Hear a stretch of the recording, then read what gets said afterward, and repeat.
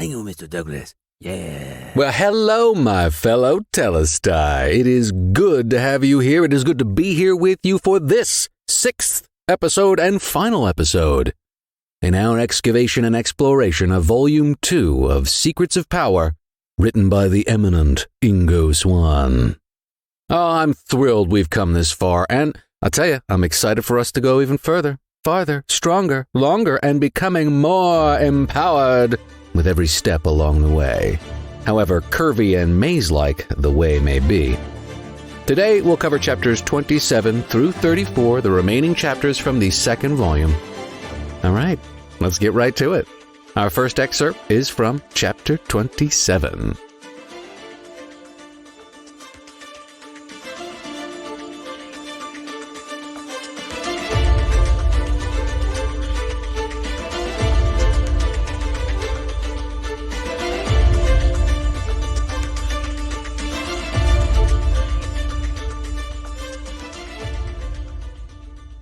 Having or showing realization, perception, or knowledge is, of course, one kind of awareness in our contemporary terms, but it is awareness of or about something. For clarity, awareness of or about something has more to do with what the something is, and in that sense it is something that determines what the awareness is and or consists of. For example, knowledge is not just knowledge, in that it consists of information of various kinds that are packaged as knowledge. While one can build awareness of or about the packaged information, it is the information that thence packages the parameters of awareness. A wondrous aspect of information is that it can be manipulated this way or that. It can be erroneous to begin with, it can be falsified and faked, and can be manufactured and or designed in formats that evoke interest, but which result in little else. The suffix ness is utilized to indicate a state, a condition, quality, or degree of something. It can now be pointed up that of or about something, no matter what it is a far cry from the original definition of aware, wary, watchful, vigilant, cautious, to be on one's guard.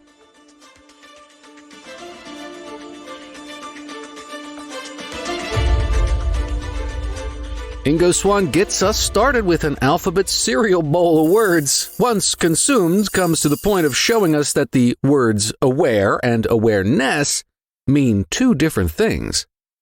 That information carries within it what one can have awareness of as it pertains to the information that's being carried. Sometimes Ingo gets thickety with his explanations, not gonna lie. Here he tells us that the suffix ness is used to indicate a state, quality, condition, a degree of something. So we could probably say Ingo carries a significant quality of wordiness with him, at least at some points, and with us through these books. While it can be tough to chew on at times to metabolize and assimilate this multi-course word and meaning meal, once I came out on the other side of this, I gotta tell you, I have been forever changed by it for the better. I am that much more aware of my personal interior reality box building, the process of it, and the continuous attempts from the power structures we swim in to become awash with frames of references that do not serve me and may even do me harm. So, Ingo tells us that the ness suffix and what it brings to the table in terms of definitions being of or about something is a far cry from the original definition of aware, which is being wary, watchful, vigilant, cautious, to be on one's guard. To take this journey is to grow in your aware powers. To grow in your aware powers is to grow in empowerment. Let's keep growing. Chapter 28's excerpt is next.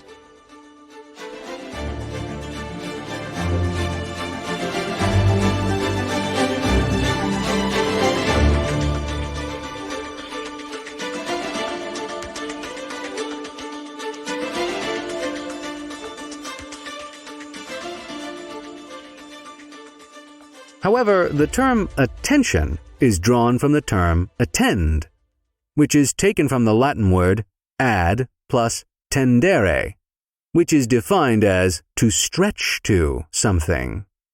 Hence, the earliest English definition, circa 1300, is given as to direct the eyes, ears, mind, energies to anything. Now, in the most literal sense, to stretch to means exactly that, to reach out, to direct toward, as if to touch or include.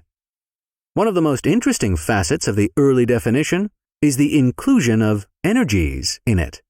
On the surface, this does not make too much sense, but there is a familiar phenomenon many experience, a phenomenon known from ancient times, having to do with focusing attention on the back of another's head, and having that head turn around to look see who or what. Indeed, the ancient Greeks thought that the eyes had the power of focusing a kind of energy power, and stretching it out until it touched someone in some energetic way, sufficient enough to call forth some kind of response.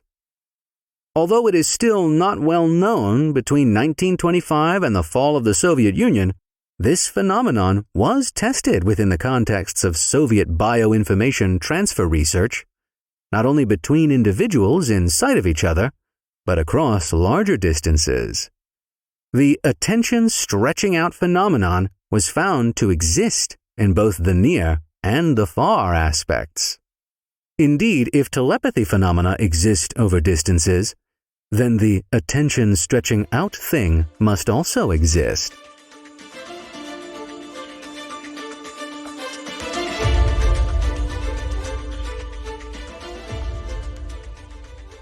Attend, ad plus tendere, to stretch to something, to direct the eyes, ears, mind to anything, to reach out.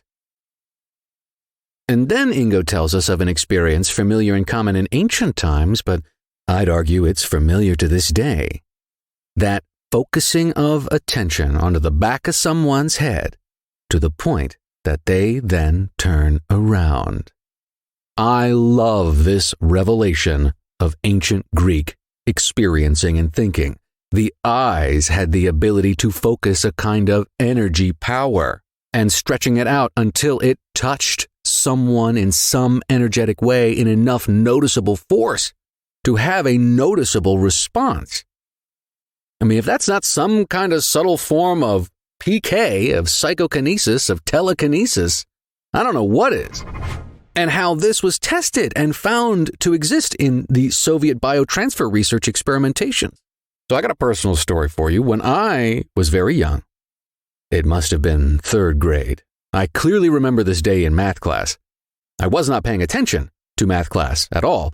The lights were dim because the teacher had one of those old school projector machines where she was showing us multiplication tables on the transparent sheets and just writing with like an eraser marker. Anyway, this girl who was sitting in front of me at her desk had her right leg crossed over her left. For whatever reason, I don't know why, but for whatever reason, I just started focusing on her right leg and with great intention pushed the thought outward, move your right leg. Almost immediately, like a response to my focused thought, she started bobbing her leg up and down, her right leg.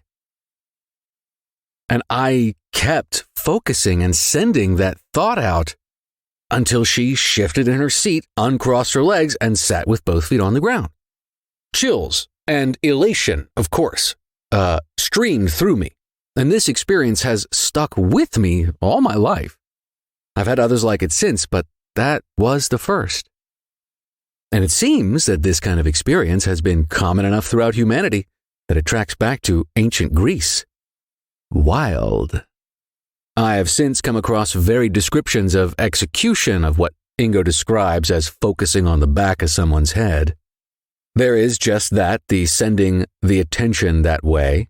I've come across descriptors of focusing on the act of licking someone's ear to get them to turn either to the left or the right. When playing with pets, most of the time cats, if they are not chasing down the string or whatever kind of cat toy you're playing with. And I've done this, and this works with my cat. It's wild because it works just about every time, but I focus on the tip of whatever toy that I'm playing her with moving and vibrating very slightly, but like it's trying to move and get away and kind of buzz. And my cat, every time, gets very attentive and then will eventually, after doing the whole butt waggle thing, leap at the toy that I am actually sending that kind of focused intention towards. It's wild. Also, when driving, if you want someone to speed up in front of you, focus on the symbol of Mars and impress it as best you can into the mind and feet of the driver ahead of you. I use that one to greater or lesser degrees of success while driving in LA traffic. That one was told to me by an individual who introduced me into a very interesting experience that I had, which I suppose I'll get into at another time. All right, Chapter 29's excerpt is locked and loaded and ready to go.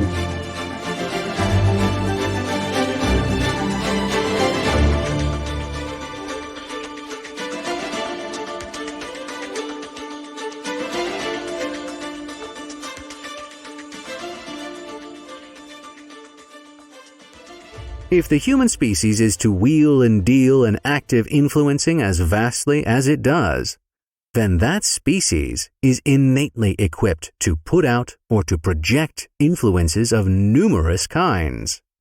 Additionally, influences cannot become influences unless they are somehow sensed or detected as such, and so the species must be innately equipped with receptors and detectors that are sensitive to influences. Yet, influences cannot be felt as such unless they are first emanated or emitted or projected from some sources. And so the basic human equipment regarding influencing must involve emitters as well as receptors. As it is, however, power structures cannot have too many of their inhabitants running around actively emitting or projecting too much on their own, and so over time and very early, the best discovered way of preventing this is to conceal information and knowledge that individuals of the species are equipped with emitters and powers of projecting.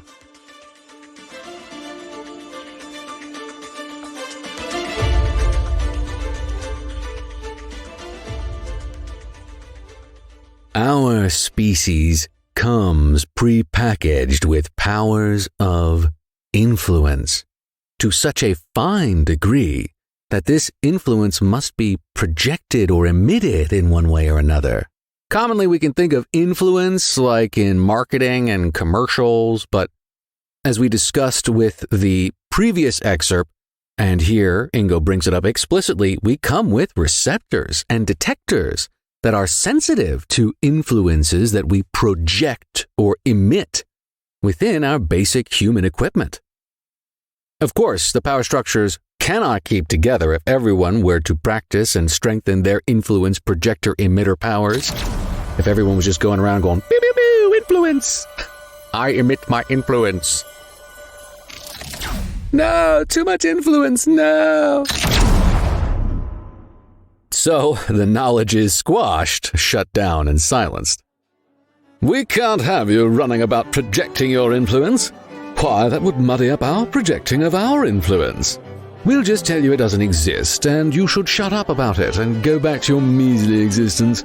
Enjoy your Bud Light and Indiana Jones and keep quiet about you empowering your innate powers, will you?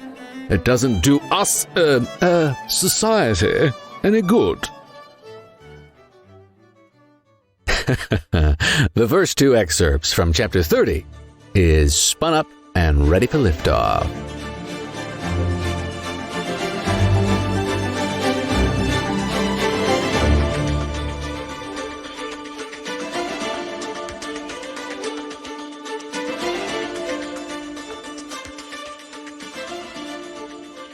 So, in fundamental essence, experiencing something and recognizing that it has been experienced comes before assigning a nomenclature term to it. One of the points being made here is that the human species as a whole possesses innate powers, all of which exist before a language system is set up to assign terms to the powers. The term innate is defined as 1. Existing in or belonging to an individual from birth. 2. Belonging to the essential nature of something. 3. Originating in or derived from the mind, or the constitution of the intellect, rather than from experience. It is worth emphasizing definition 3 just above, i.e. derived from mind intelligence, rather than from experience, possibly derived even before experience, and in which case derived before terms can be invented and assigned.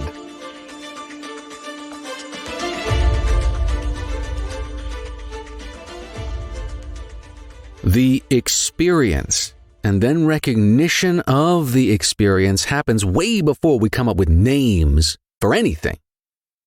Innate, belonging to something since birth, being a part of an essential nature of something, originating in or derived from the mind. So, our powers, which are innate, are there, essential to our nature, and according to the definition, originate before the experience of them, which makes sense as we couldn't experience something that didn't exist before the experiencing, right? Right?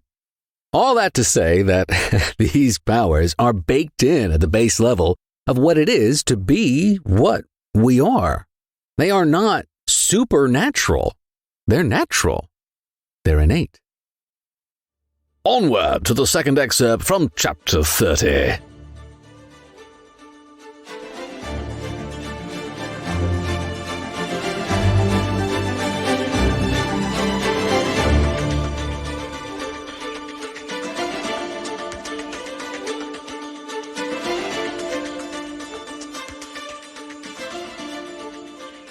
The existence of at least some human innate hard drives has been discovered.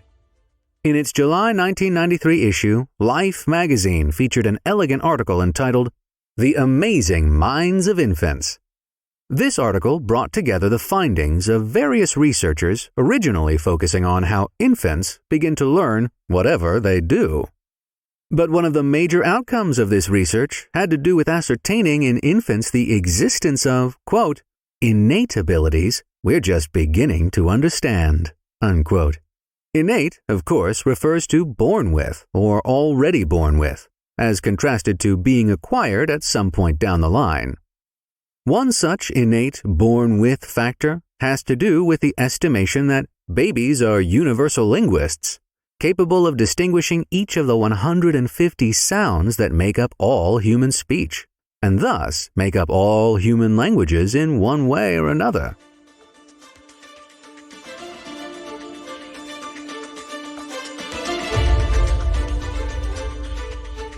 A companion excerpt to the one before and a great example of our human species' innate powers.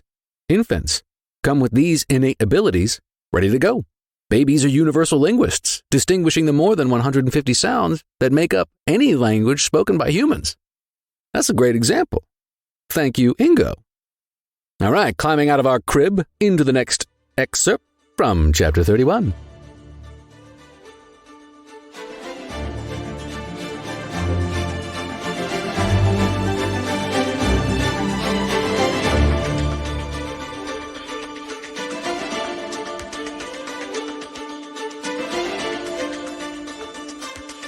In order to get somewhat beyond this situation, it is necessary to examine the modern and pre-modern definitions of the term importance and important. Most modern dictionaries define important as marked by or possessing weight or consequence. Importance is thus defined as the quality or state of being important, with regard to consequence, weight, moment, and significance. However, the term important comes into English at some point between 1450 and 1580 and was taken from the Latin importans. The early English definition copied the Latin one of to be of consequence, weight, or force. Emphasis added here. And so it becomes visible that the element of force has been deleted from the modern definitions. This deletion erases the active component or element from the modernist definition, leaving behind only the more or less passive contexts. Consequences have their importances, of course. When and if they do come about, they are the result of something that has already happened, past-oriented, so to speak. The element of force, however, makes things happen. Or at least things are likely to happen via that element, and so the force part of importance is future-oriented. Since it is not unusual to find that the societal powerful wish to develop or enforce the important future in their own important terms, it is convenient to delete the force element from the public definitions of important and importance. If the element of force is excluded from definitions of importance, then any number of things can be conceptualized as important, if only to participate in them so as to have the feeling of being important.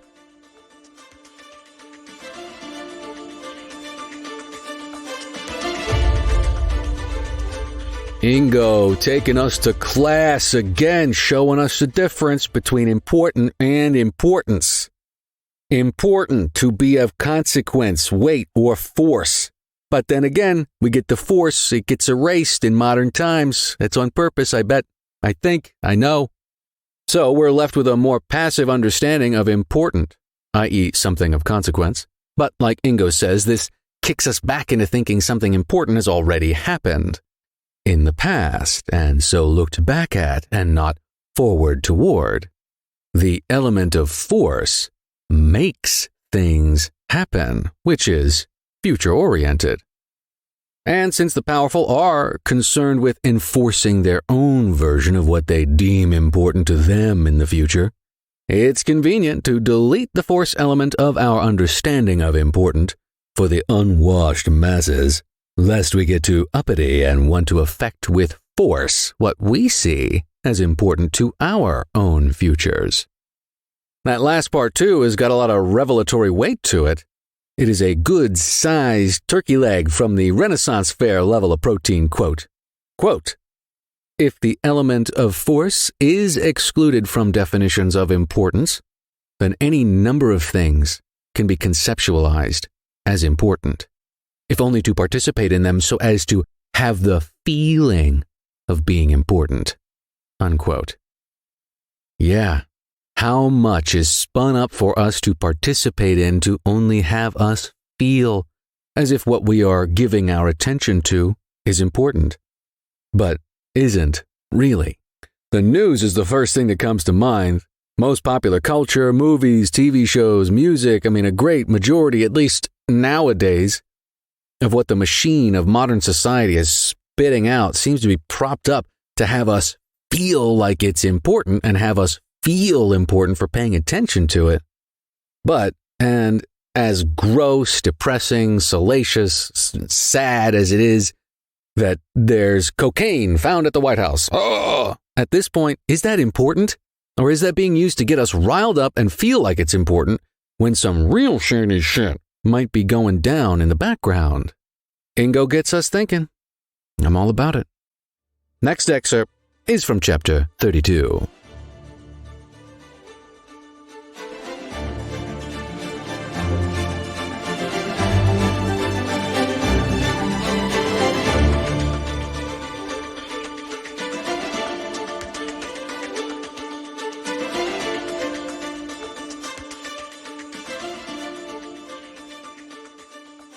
The English term attempt was taken from the Latin ad plus temptere, which literally translated refers to toward touch. Here we once more find ourselves in the vicinity of the human stretching powers already discussed. For example, our empathic, telepathic, and intuitional powers, and especially our grokking powers. While it is abundantly obvious that we can passively experience what we are exposed to, it can equally be the case that we can experience what we actively toward touch. Another way of approaching what is involved here is to observe that if human mind intelligence systems could only passively experience what was encountered from the outside, then it is unlikely that human mind intelligence systems would have no active mind powers whatsoever. Indeed, the existence of human intelligence would become questionable, and the human organism would be reduced to the level of all other stimulus response organisms.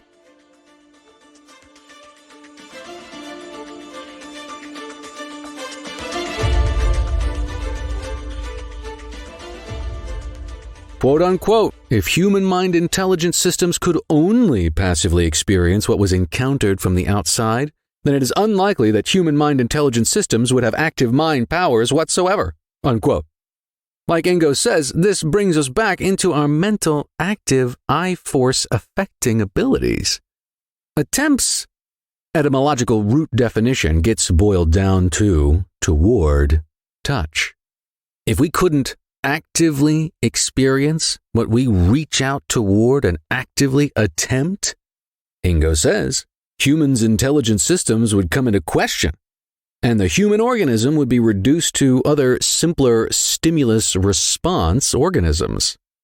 So this actively reaching out and touching, experiencing, seems to be a good demarcation line when it comes to getting into nurturing our intelligence and thus empowering ourselves.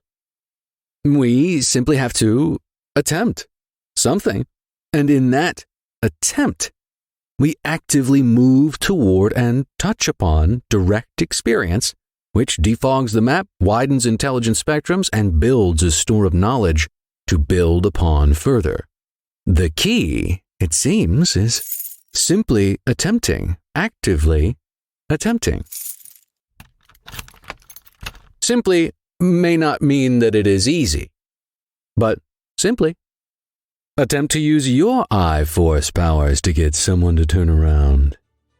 Okay, next is the first of two excerpts from chapter 33.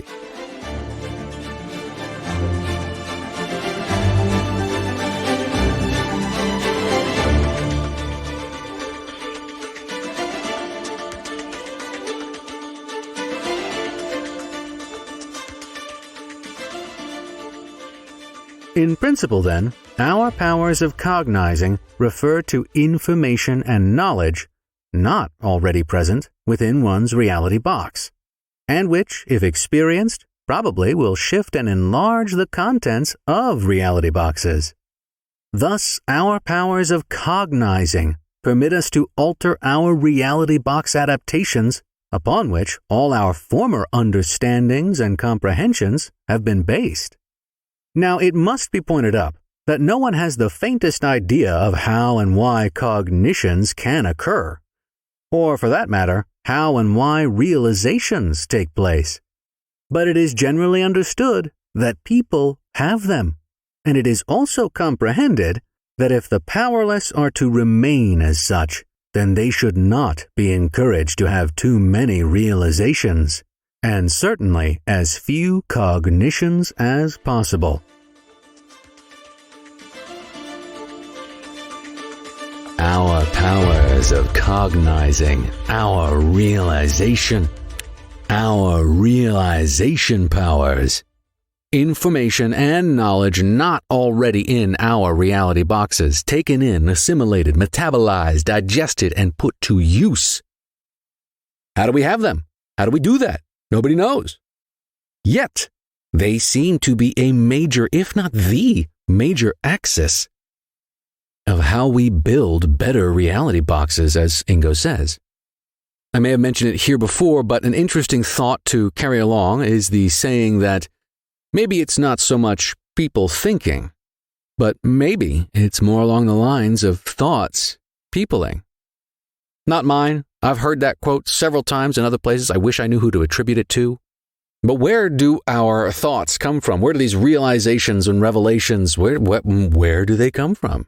Could it be that maybe there is a realm of active information and that thoughts are just looking for the right receptacles to be brought into this more tactile, experiential existence. And at the end of the excerpt here, Ingo says, if the powerless are to remain as such, then they should not be encouraged to have too many realizations, and certainly as few cognitions as possible. Eat your bag of chips, watch your shows, get emotional, get reactionary, but don't you dare think for yourself. And I love chips. I doubt any of us here are at any major risk of slipping into a singularly reactionary life, but take a walk, look around, look at social media, look at the network news. Blech. Engineered to get you to react rather than cognize and realize. We got this, though. We got this. Onward to more individual empowerment with our second excerpt from Chapter 33.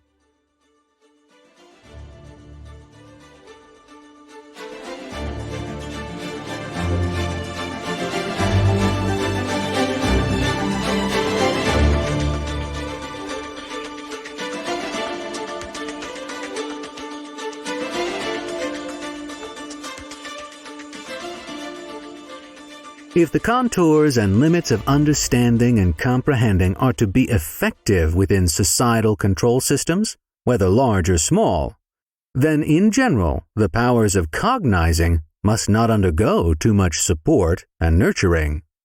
Instead, those powers must undergo this or that kind of depowerment. The basic reason for this is that the powers of cognizing refer to the acquisition of knowledge, new knowledge, which is external to what one already understands or comprehends.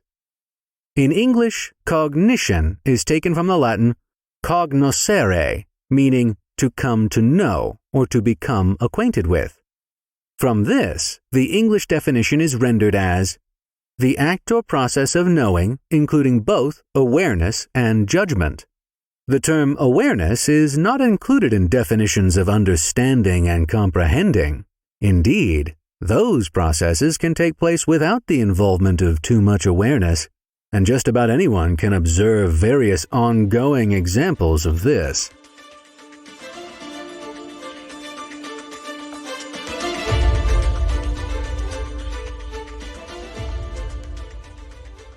The powers of cognizing must not get too much support and nurturing in order for our power structures to maintain supremacy.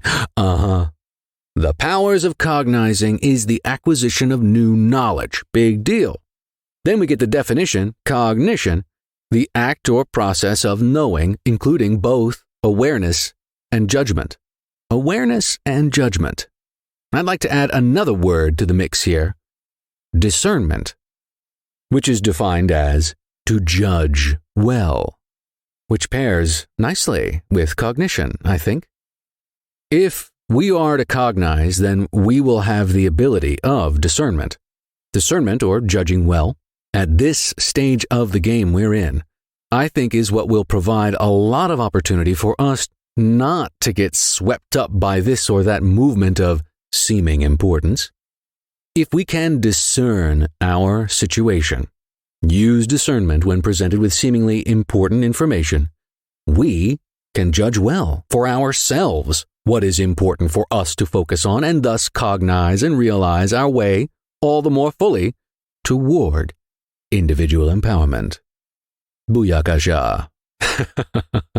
Okay, the final excerpt from the episode from the final chapter, Chapter 34, of Volume 2 of Ingo Swann, Secrets of Power.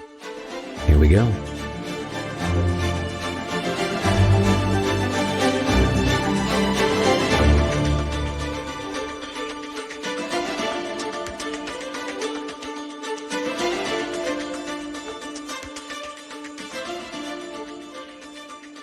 It can now be suggested that if our human grokking powers of beyond self-sourcing transcend anything, the first thing they must transcend involves various kinds of reality boxes.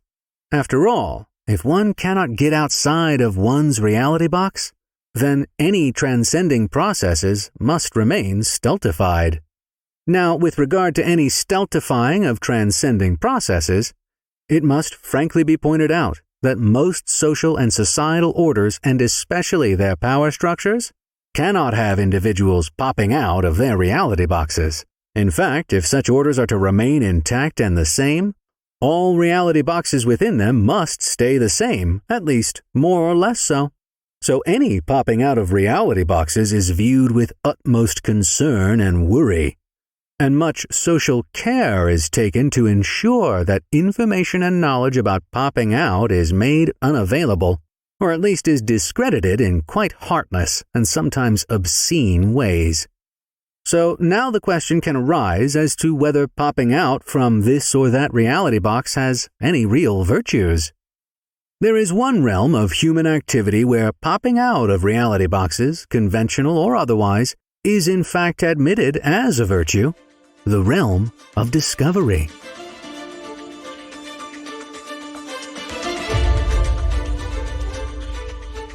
Our first move is to pop out of our current reality box structure.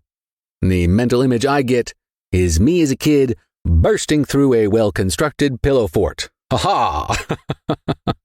I used to love making forts as a kid, and given the chance, I'm sure I'd love it again. But back to popping out. While society is structured with the express disincentivization of popping out, Ingo points out here at the end that there is one form in which bursting out of our pillow fort reality box structure is looked at as virtuous: discovery. I picked this as the final excerpt because, as we continue on our adventure of living, to define it as an adventure of discovery, to me, is a way to stay motivated, to stay moving and positively inclined. Discovery will always provide opportunity to cognize and realize new and empowering information. A life of discovery is a life well lived. And discovery can take place at all levels of living, from finding out what makes your morning coffee even better than before, to new techniques for supercharging orgone and chi energy, awakening your chakras and widening opportunities for intuition and telepathy, while befriending your inner sub and superconsciousnesses. What new toppings taste great on your pizza? What spaces in this world give you a pleasurable pause? All of these are empowering. All of these and more are just waiting to be discovered. It has been a joy bringing these excerpts of wisdom from Ingo here to you. This, however, was only a smattering. If you are hungry for the full meal, you can find the full audio versions of both volumes on Amazon and Audible, narrated by me. There's a link in the description, and you can find links as well at mrdouglas.com, mist3rdouglas.com. Definitely visit ingoswann.com. He's got so much more to offer us. ingoswann.com.